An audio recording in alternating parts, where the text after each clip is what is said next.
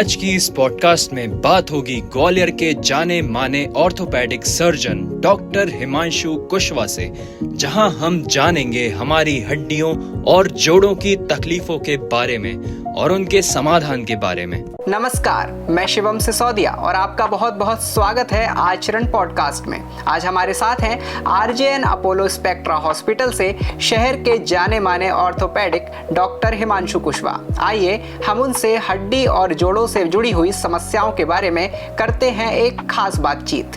नमस्कार सर। नमस्कार। सबसे पहले आप अपने बारे में हमारे दर्शकों को कुछ बताइए कि आखिर कैसे आप ऑर्थोपेडिक फील्ड में आए और किस तरीके का आपका सफर रहा। नमस्कार जी, मैं डॉक्टर हिमांशु कुशवाहा हूँ।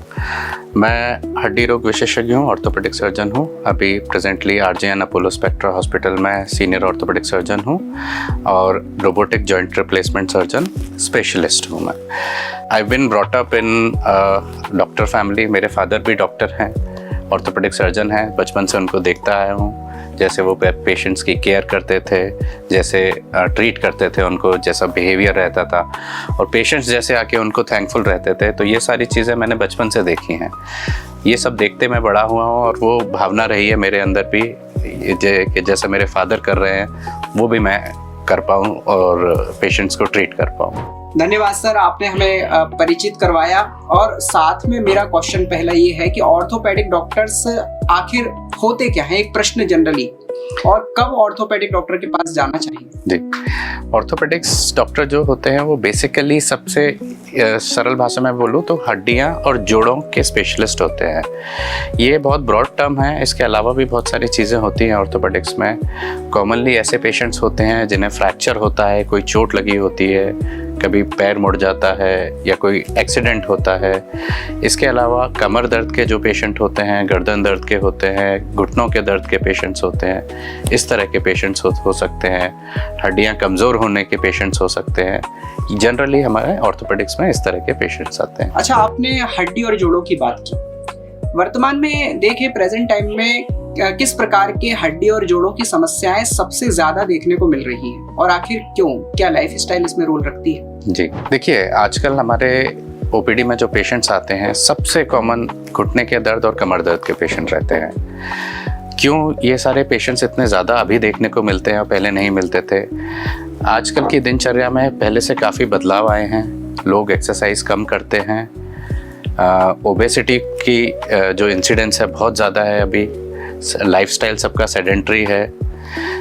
इन सारी चीज़ों की वजह से जो शरीर पे अफेक्ट पड़ता है, जोर पड़ता है जोड़ों पे, कमर पे, इसकी वजह से जोड़ घिसते हैं, आर्थराइटिस डेवलप होता है और ये सारे प्रॉब्लम्स पेशेंट्स को फेस करने पड़ते हैं। सर, आपने आर्थराइटिस की बात की। आर्थराइटिस क्या है और क्या ये सिर्फ बुजुर्गों में ही देखने को मिलता है या फिर किसी भी प्रकार की अवस्था में ये हो सकता है? देखिए, आर्थराइटिस का इजी मीनिंग है जोड़ का घिसना।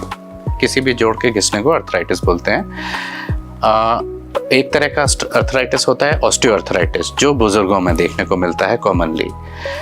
उम्र के हिसाब से जोड़ों का जो कार्टिलेज होता है, चिकनाहट की जो सतह होती है, वो घिसती जाती है और वो जोड़ घिसते जाते हैं। यंग पेशेंट्स में भी अलग अलग तरह के आर्थराइटिस होते हैं। जो सबसे कॉमन आपने सुना होगा गठियाबाई, रूमेटॉइड आर्थराइटिस, वो कॉमनली यंग पेशेंट्स में देखने को मिलते हैं। और इसके अलावा भी चोट की वजह से किसी जोड़ के आसपास फ्रैक्चर हुआ हो, इसकी वजह से जोड़ के घिसने को भी ट्रॉमेटिक आर्थराइटिस बोलते हैं। ये किसी भी एज ग्रुप में हो सकता है। एक टर्म और भी आता है ऑर्थोपेडिक फील्ड में, स्लिप डिस्क। स्लिप डिस्क आखिर क्या है और क्या इसके लिए ऑपरेशन जरूरी है? देखिए, अपनी रीढ़ की हड्डी में गुर्जे होते हैं और बीच में डिस्क्स होते हैं। उसके जस्ट पीछे अपना स्पाइनल कॉर्ड यानी नस चलती है। जब ये डिस्क जो होती है, जो दो गुर्जे के बीच में डिस्क होती हैं, वो किसी कारणवश पीछे खिसक जाती हैं और वो नस को दबा देती हैं, तो इस चीज़ को अपन स्लिप डिस्क कहते हैं। स्लिप डिस्क वाले पेशेंट्स में कॉमनली क्या होता है, कमर दर्द हो सकता है और वो दर्द नीचे पैरों तक जाता है। साथ ही साथ हो सकता है उन्हें कोई सुनपन, चींटी काटना, झुंझुनी, करंट लगना, इस तरह की तकलीफें हों। स्लिप डिस्क का सबसे कॉमन कारण होता है आगे झुक के हैवी वेट लिफ्ट करना ड्यू टू इम्प्रॉपर टेक्निक। इसके अलावा भी एज रिलेटेड डिजेनरेटिव चेंजेस होते हैं जिसकी वजह से भी डिस्क प्रोलैप्स हो सकता है। ज़्यादातर मरीज अप टिल 90% मरीजों में ऑपरेशन की ज़रूरत नहीं पड़ती है।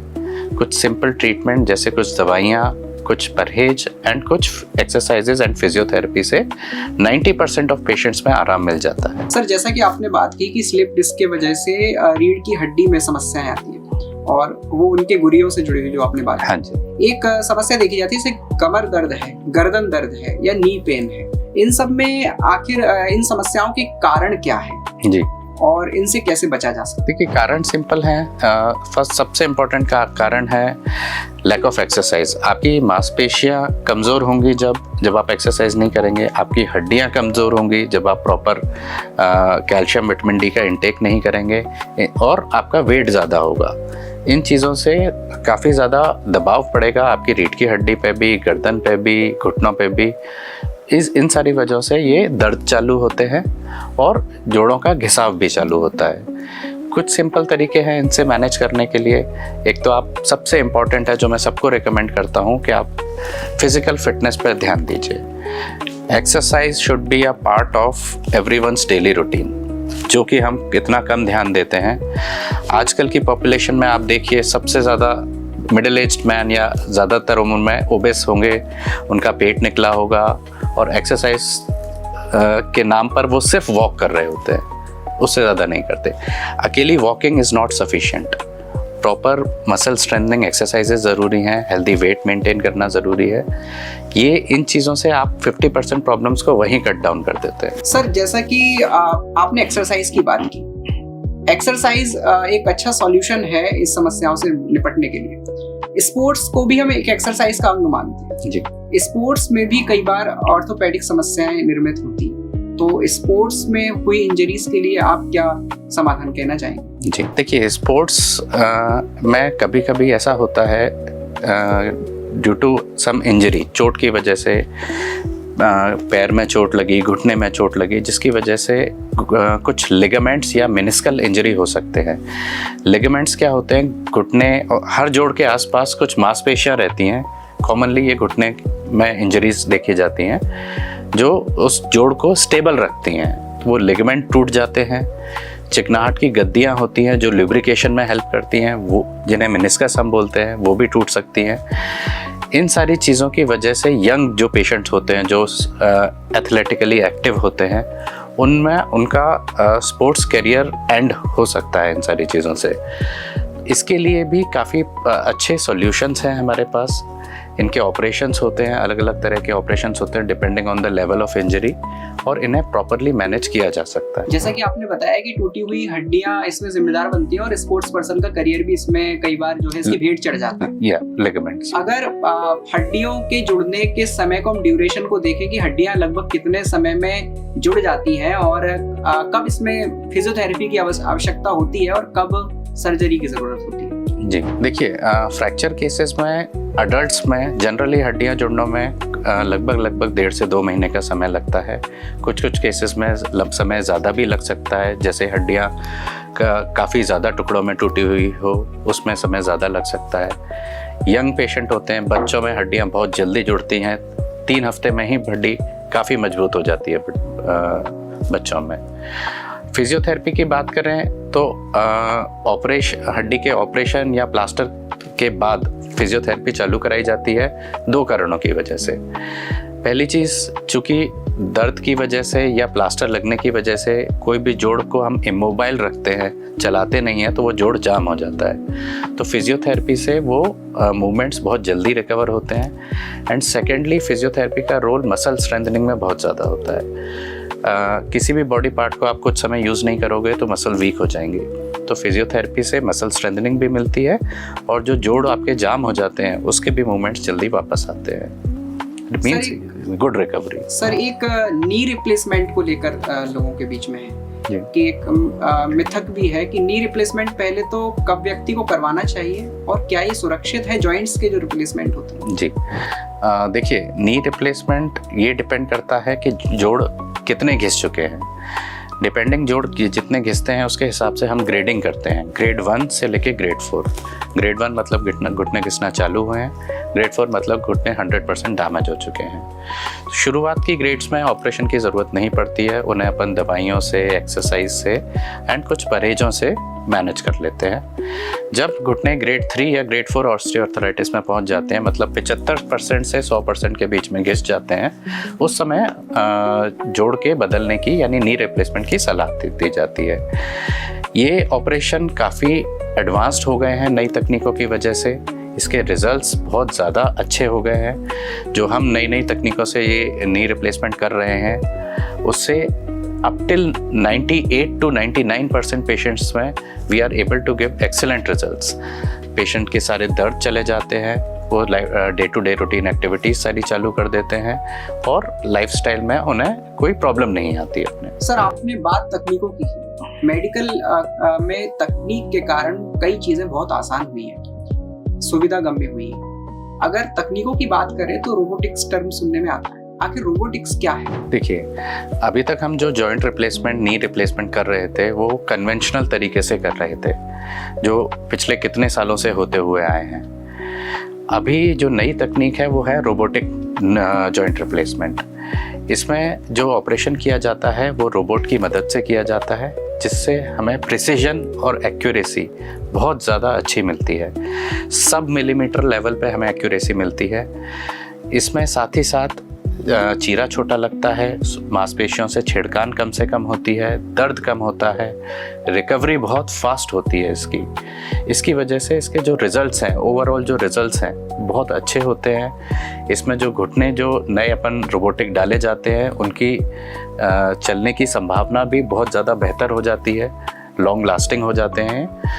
तो ये नई टेक्निक से जो हम अभी नी रिप्लेसमेंट कर रहे हैं RJN अपोलो स्पेक्ट्रा हॉस्पिटल में, तो ये we are able to give very good results. आपने रोबोटिक्स के बारे में बताया, क्या वास्तव में आधुनिक तकनीकों से ऐसा संभव है कि बिना चीर फाड़ के बड़े बड़े ऑपरेशन किए जा सके? देखिए, कुछ ऐसे ऑपरेशन होते हैं जो बहुत छोटे छोटे चीरों से किए जाते हैं, जैसे आर्थ्रोस्कोपी वाले ऑपरेशन होते हैं, जो कॉमनली जैसे में हमने डिस्कस किया था, स्पोर्ट्स इंजरी के जो पेशेंट्स होते हैं जिनमें लिगामेंट या मेनिस्कस इंजरी होते हैं, ऐसे पेशेंट्स में एक कैमरा या दूरबीन हम जोड़ के अंदर डालते हैं और घुटने के का जोड़ या कोई भी दूसरा जोड़ उसे हम एग्जामिन करते हैं और उसी पोर्ट से इतने छोटे से चीरे से वो लिगामेंट की इंजरी को हम सही करते हैं, या मेनिस्कस में चोट होती है उसको भी सही किया जा सकता है। तो these are minimal invasive surgeries.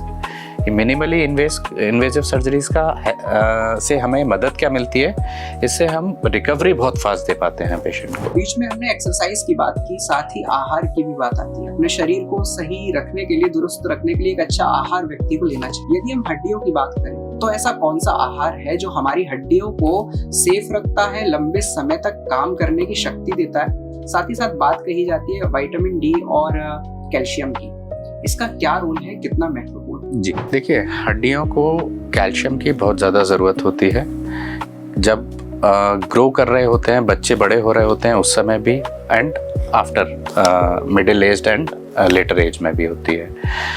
Calcium का इंटेक जनरली हम ज़्यादातर हमारी पॉपुलेशन जो है दूध पीती है, तो कैल्शियम का इंटेक तो मिलता है उसे, बट विटामिन डी का इंटेक नहीं मिल पाता है बिकॉज ऑफ 2 फैक्टर्स। पहली चीज़, खाने में हम जितना भी कोशिश कर लें, शरीर की जितनी रिक्वायरमेंट है विटामिन डी की, वो खाने से नहीं पूरी हो सकती है। और दूसरी चीज़ है कि आजकल हमारी जो लाइफस्टाइल ऐसी हो गई है जिसमें हमारा सन एक्सपोजर भी कम से कम हो गया है, तो हमारा जो विटामिन डी शरीर में जो होना चाहिए नॉर्मल लेवल्स, वो 90% पेशेंट्स में डेफिशिएंसी रहती है। मेरी भी ओपीडी में अगर 10 पेशेंट आ रहे हैं तो उसमें से 9 पेशेंट्स में विटामिन डी की डेफिशिएंसी आएगी। विटामिन डी की जब डेफिशिएंसी होती है, तब आप जो भी कैल्शियम इंटेक कर रहे हैं in the form of milk और एनीथिंग एल्स, वो शरीर में एब्जॉर्ब ही नहीं होता है। हड्डियों को कैल्शियम नहीं मिलेगा तो हड्डियां वीक हो जाएंगी।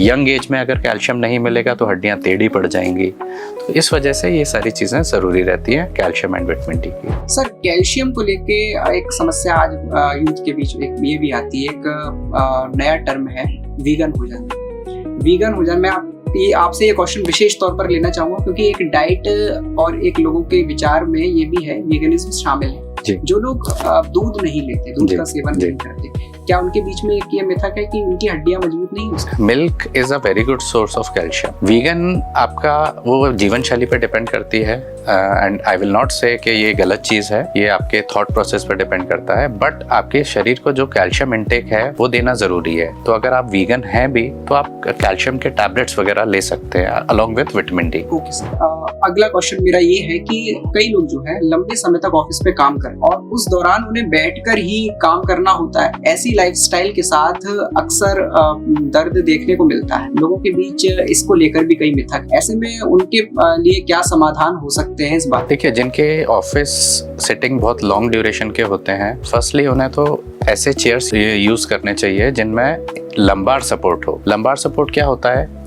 चेयर में लोअर बैक के सपोर्ट के लिए वो चेयर थोड़ी सी कर्व्ड रहती है अंदर की तरफ से, तो ये लंबार सपोर्ट ऐसे होता है, जो कि चेयर में ऐसी चेयर्स आती हैं जिसमें बिल्ट इन भी रहता है, या लंबार सपोर्ट अलग से आप परचेज भी कर सकते हैं, ऑनलाइन भी परचेज कर सकते हैं, वो चेयर में लगा सकते हैं, तो वो लोअर बैक को सपोर्ट दे के रखता है। सेकेंड चीज, अगर प्रोलॉन्ग सिटिंग है आपकी तो आप बीच बीच में थोड़े थोड़े देर में गैप्स लें, उठ के वॉक करें, थोड़ा स्ट्रेचिंग करें। Apart from this, daily routine activities में कुछ back strengthening exercises and stretching exercises होते हैं, वो आप सुबह सो के उठ के डेली किया करें। सर, हड्डियों में क्रैकिंग साउंड लोगों को अक्सर सुनाई देता है, क्या ये कोई संकेत है किसी बड़ी समस्या का? ये हर केस में ऐसा नहीं होता है। कुछ केसेस ऐसे होते हैं जो जिसमें अर्थराइटिस होता है, जब जोड़ घिस रहे होते हैं, तब हड्डियों में एक नई हड्डी बनती है जोड़ों के आसपास, जिसे ऑस्टियोफाइट बोलते हैं। वो टिश्यू के अगेंस्ट रब करती है, मांसपेशियों के अगेंस्ट रगड़ खाती है, जिसकी वजह से ये क्रेपिटस की साउंड आती है। It may be a sign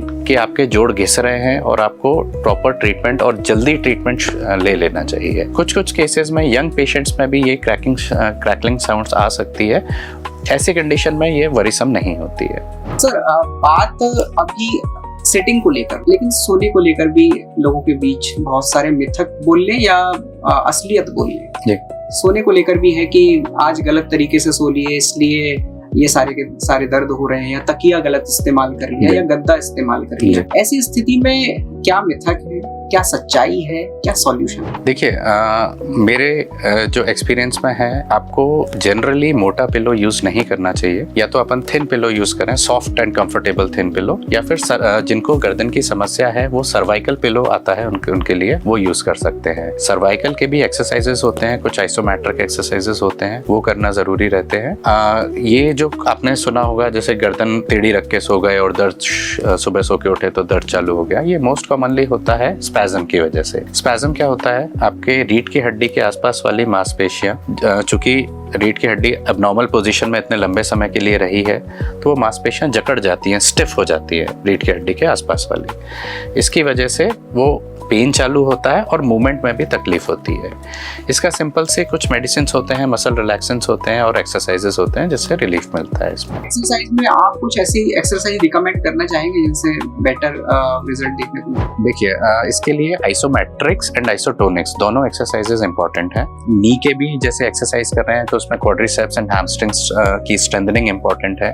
lower back के एक्सरसाइज में जो होती हैं उसके लिए भी stretching and strengthening both are important.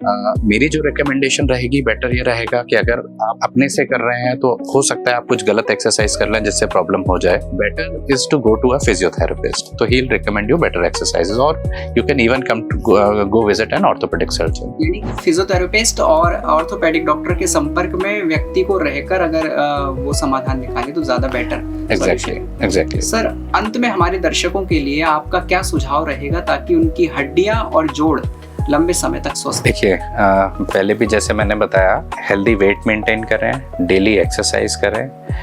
काम अच्छा है, काम चलता रहेगा, लेकिन आपकी बॉडी नहीं चलेगी तो काम भी नहीं कर पाएंगे। तो treat your body like a temple. इन सब चीज़ों पे आप ध्यान दें। ओबेसिटी से बहुत दूर रहें आप। और खाना, आजकल के डेट में जो खाना बहुत अडल्टरेटेड है, हेल्दी फूड खाएं, और ये बाहर के खाने से एंड फ्राइड फूड से, जो स्पेशली जैसे हमारा नाश्ता होता है, समोसे कचौड़ी हो गया, बेड़े हो गया, या फिर XYZ जो भी फ्राइड आइटम्स है, इनसे बचिएगा। Thank you so much sir, आपसे बात करके बहुत अच्छा लगा। निश्चित ही हमारे दर्शकों को उनकी कई समस्याओं के समाधान मिल पाए। Thank you. तो ये थे डॉक्टर हिमांशु कुशवाहा, शहर के जाने माने ऑर्थोपेडिक, और इनसे हमने ऑर्थोपेडिक से जुड़ी हुई जानकारियों को जाना। आपको ये पॉडकास्ट कैसा लगा कमेंट सेक्शन में जरूर बताएं। वीडियो को लाइक और चैनल को सब्सक्राइब करना ना भूलें। धन्यवाद।